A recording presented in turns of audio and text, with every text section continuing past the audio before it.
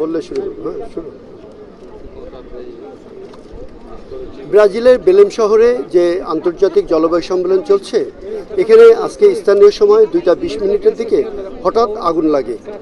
আগুনের খবর পেয়ে তাড়াহুড়ো করে কেন্দ্র থেকে সবাই বের হয়ে গিয়েছে এবং আগুনের লেলিহান ছড়িয়ে পড়ে বিভিন্ন জায়গায়। এখানে বেশ কয়েকটি স্টল ক্ষতিগ্রস্ত হয়েছে। আমরা স্থানীয় মাধ্যমে যেগুলো খবর পেয়েছি যে এই যে আগুন লেগেছে, কয়েকটি স্টল পুড়ে গিয়েছে, ধোঁয়ায় ভরে গিয়েছে, কিন্তু কোনো আহত হওয়ার খবর পাওয়া যায়নি। আর বেশ কিছুক্ষণের পরে আগুন নিয়ন্ত্রণে আনা হয়েছে। আমরা যেটা আরও একটি খবর পেয়েছি সেটা হচ্ছে যে যারা প্রত্যক্ষদর্শী তারা জানিয়েছেন যে ধোঁয়ার কারণে সবাই আতঙ্কগ্রস্ত হয়ে পড়ে, কিন্তু তারপরেও ফায়ার সার্ভিসের কর্মীরা খুব দ্রুততার সাথে সেখানে পৌঁছে যায় এবং আগুন নিয়ন্ত্রণে নিয়ে আসে। আমি বলে রাখি যে আজকে ছিল, আগামীকালকে হচ্ছে কপ সম্মেলন শেষ দিন এবং আজকে জাতিসংঘের মহাসচিবের একটি সাংবাদিক সম্মেলন করার কথা ছিল।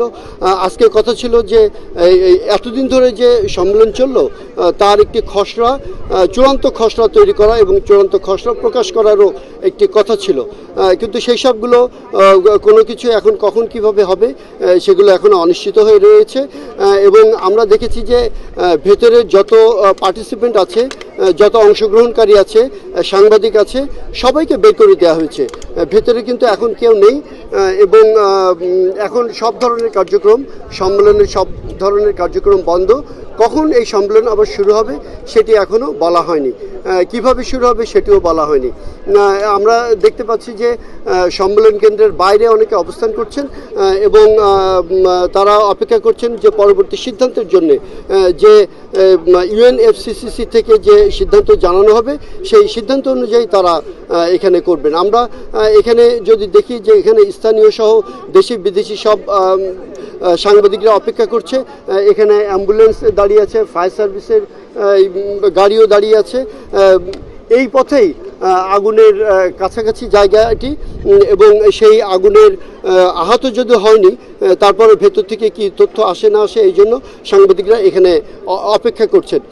আসলে হঠাৎ করে এরকম একটি ভেন্যুতে এত পৃথিবীর সব দেশের মানুষ এখানে আছেন, পর্যটক অংশগ্রহণকারীরা এখানে আছেন, সাংবাদিকরা এখানে আছেন, এত একটি গুরুত্বপূর্ণ জায়গায় এই ধরনের একটি আগুনের বিষয়টি খুবই স্পর্শকাতর বিষয় এবং এটি নিয়ে আমরা এখানের কয়েকজনের সাথে আলোচনা করেছি, কথা বলেছি। তারা খুবই সমালোচনা করেছেন যে এখানে কি দায়িত্বের অবহেলা ছিল নাকি কিভাবে আগুন লাগলো, এটি অবশ্যই তদন্তের পরে জানা যাবে, কিন্তু সেই তদন্তটি সঠিকভাবে করার জন্য অনেকে দাবি জানিয়েছেন।